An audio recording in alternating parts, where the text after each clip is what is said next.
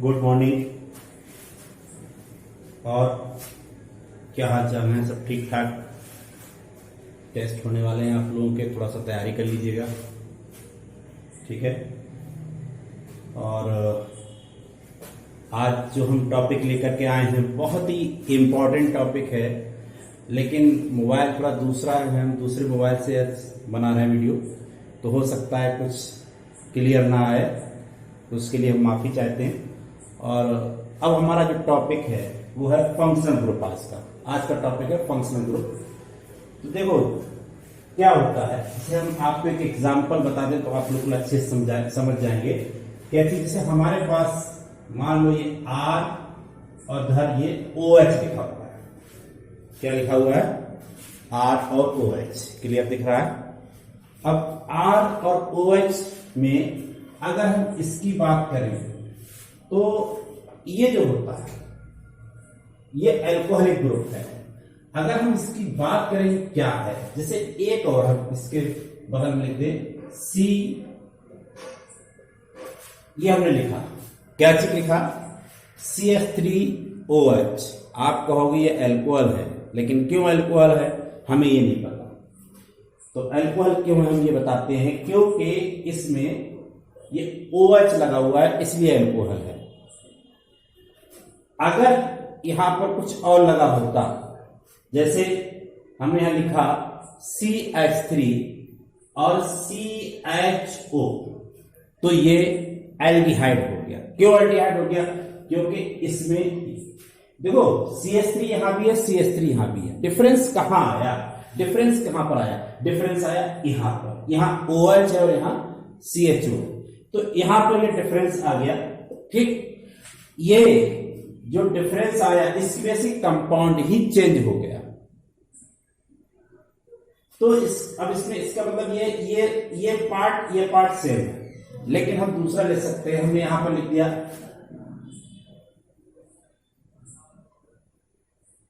अब इन दोनों में क्या चीज डिफरेंट है?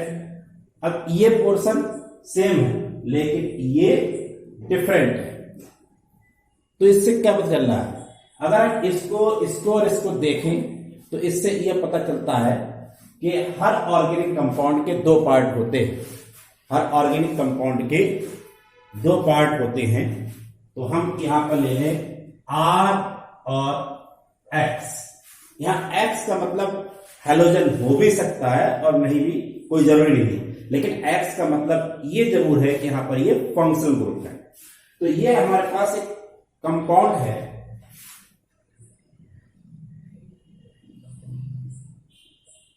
और इसके दो पार्ट हैं।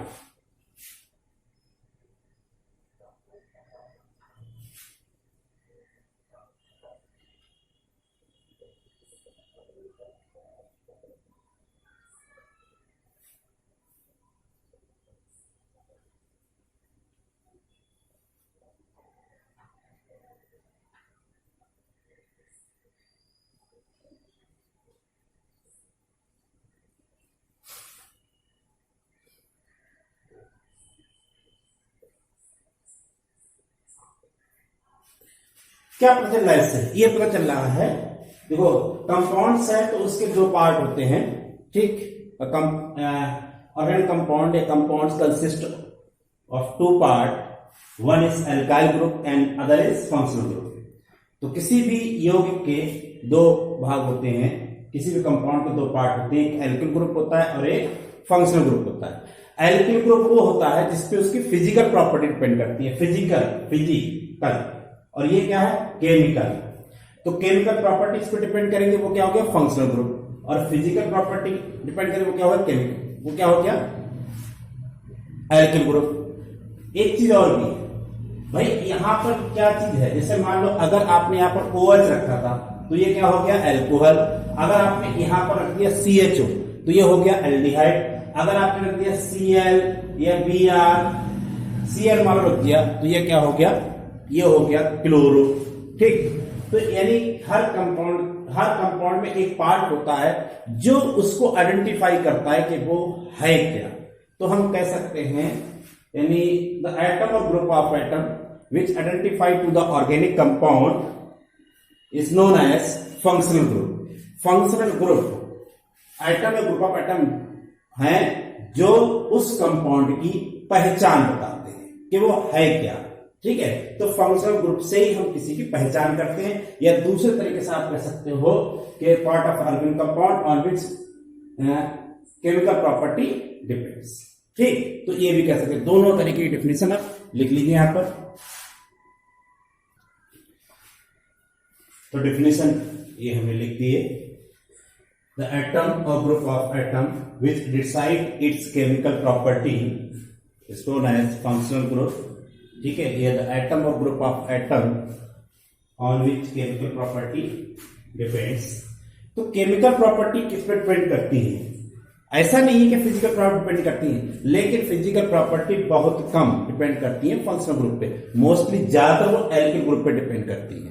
ठीक है, तो फिजिकल केमिकल प्रॉपर्टी डिपेंड करती है। अगर मान लो दो, जैसे मान लो एक ही कंपाउंड है, इसमें भी OH है और एक ही कंपाउंड इसमें भी OH है, तो इन दोनों की प्रॉपर्टी जो केमिकल प्रॉपर्टी होंगी वो सेम होंगे क्योंकि फंक्शनल ग्रुप सेम है।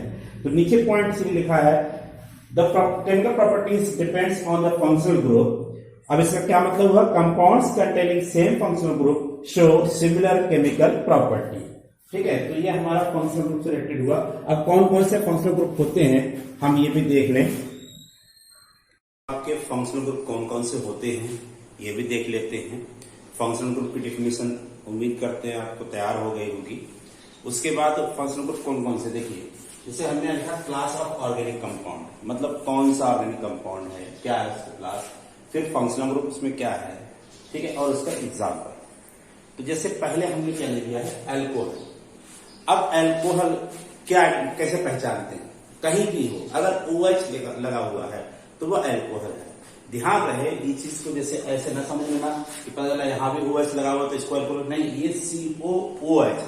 ठीक है, तो ध्यान रहे केवल अल्कोहल लगा हुआ हो, मतलब OH लगा है तो वो क्या है, अल्कोहल है। ठीक है, इसके एग्जाम्पल जैसे क्या है, CH3OH और CH3CH2OH, मतलब इसको क्या कहते हैं, मिथाइल अल्कोहल, और इसको क्या कहते हैं, एथाइल अल्कोहल। अपना नाम लिख लेना। ठीक, क्या कहते हैं, मिथाइल अल्कोहल और एथाइल अल्कोहल कहते हैं, मिथाइल अल्कोहल, एथाइल अल्कोहल। अब इसके बाद दूसरा आ जाता है, पहला ये हो गया, दूसरा क्या आता है, एल्डिहाइड। एल्डिहाइड, तो एल्डिहाइड जो आता है CH ग्रुप कहीं होगा तो वो एल्डिहाइड।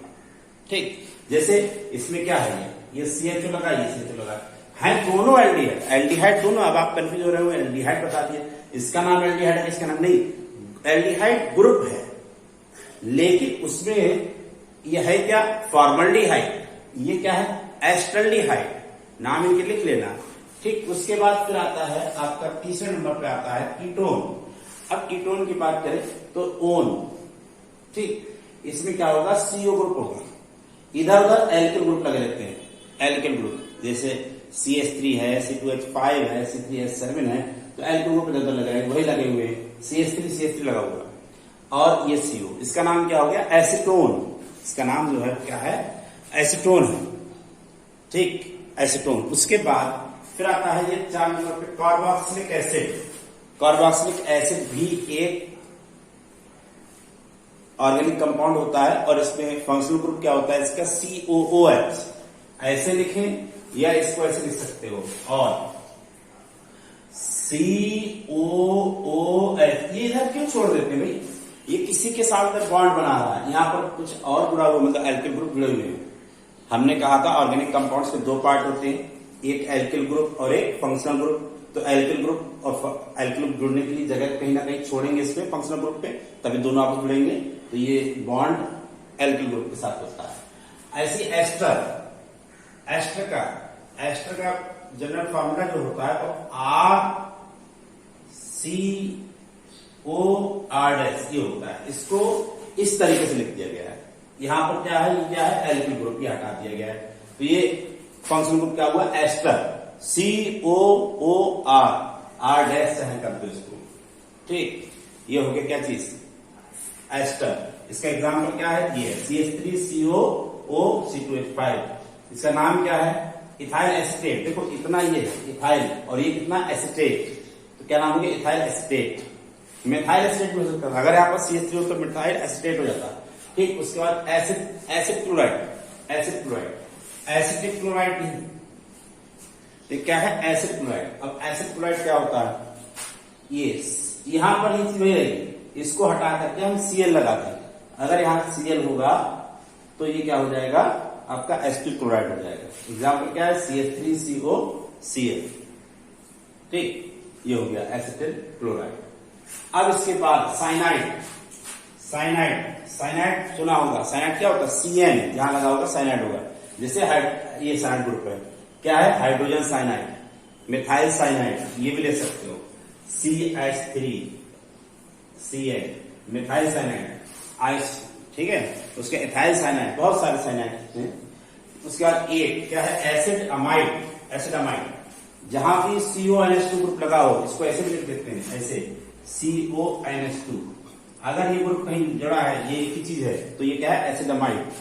तो ये अमाइड ग्रुप है, कौन सा amide, acid amide, CH3CONH2, CH3 यहां लगा दिया गया है, ठीक। उसके बाद आता है नंबर 9 अमाइंस, कहीं भी हो NH2, जो NH2 ग्रुप होगा वो अमाइड NH2, जैसे CH3NH2 लगा हुआ है, C2H5NH2 लगा हुआ है, मिथाइल अमाइन, एथाइल अमाइन, ठीक है। ये सभी जो होते हैं वो क्या हो जाते हैं आपके, कि ये एग्जाम्पल हो गए किसके, फंक्शनल ग्रुप के, ठीक। ये आप बहुत अच्छे से रख लीजिए, बहुत अच्छे समझ लीजिए, इससे किसी भी ऑर्गेनिक कंपाउंड को पहचान कर सकते हैं। दूसरी बात, अभी हम IUPAC पढ़ाएंगे इसके बाद, फिर उसमें बहुत यूजफुल है, बहुत ज्यादा ये सब। और आपको बार बार हम बता रहे हैं, फंक्शनल ग्रुप आपसे एग्जाम में पूछा जरूर जाता है, 100% ये आता है क्वेश्चन फंक्शनल ग्रुप, तो फंक्शनल ग्रुप तैयार कर लीजिए, ठीक। एल्किन ग्रुप भी पूछा गया है, लेकिन फंक्शनल ग्रुप आप तैयार करिए, और एल्किन ग्रुप भी पढ़ लेना, ठीक। ये जानबूझ के हमने 2-3 नहीं मिटाए हैं, छोड़ दिए हैं। जैसे हम इसमें क्या लिख सकते हैं, पहला कंपाउंड मान लिख दिया हमने CH3, हमने लिख दिया CH3OH, दूसरा लिख दिया C2H5OH, तीसरा लिख दिया, तीसरा क्या होगा,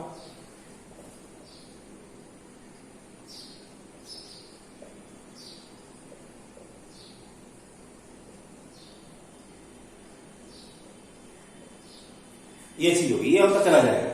ये सब क्या है, सब एल्कोहल है। और हम देख रहे हैं कि इसमें हमने CH2 जोड़ दिया, इसमें हमने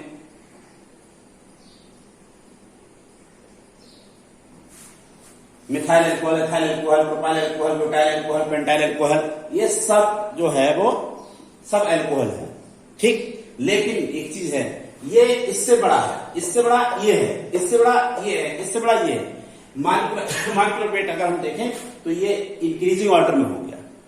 ऐसे ही हम ले सकते हैं कि ये HCHO, HCHO, HCHO, लेकिन यहां क्या लिखते हैं CH3, यहां C2H5, यहां C3H7CHO, C4H9CHO।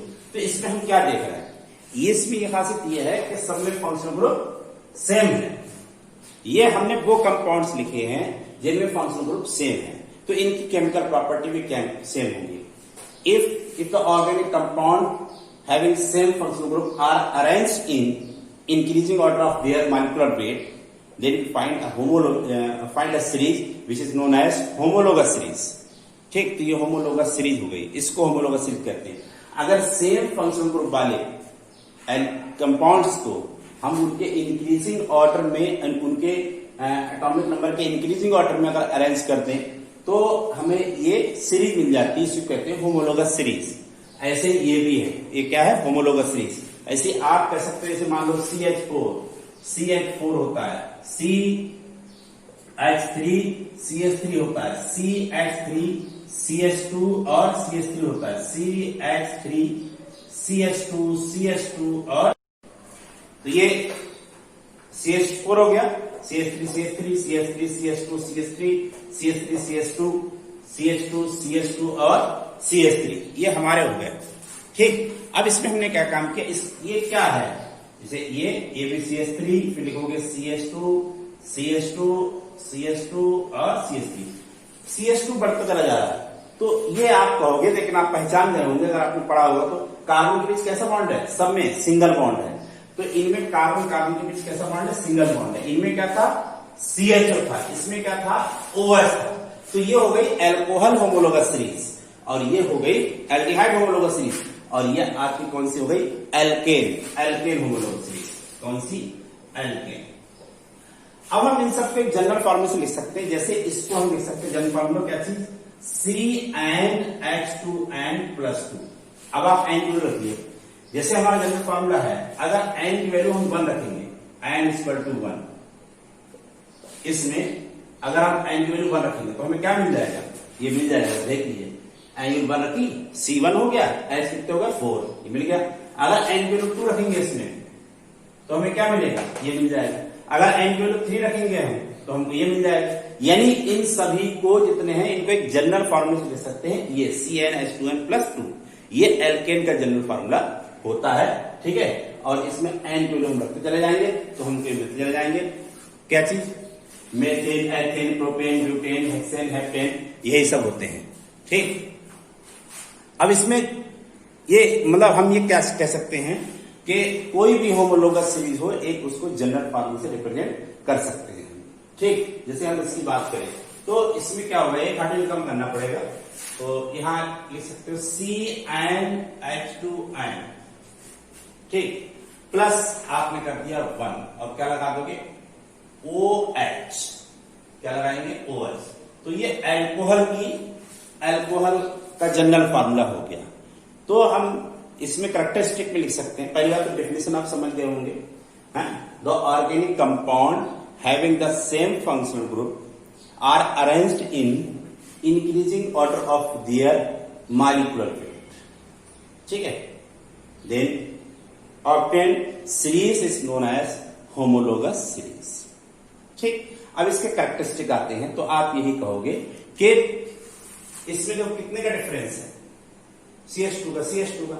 एक तो पहली बात तो ये है कि all member of same homologous series have the same functional group, ठीक, पहला पॉइंट, ठीक है। दूसरी सेकंड कहेंगे कि the chemical property of the all member of same homologous series are same, because functional group क्या हो जाता है, सेम होता है, ठीक है। तो सेम फंक्शनल ग्रुप होने की वजह से उनकी केमिकल प्रॉपर्टी भी सेम होती है, ठीक।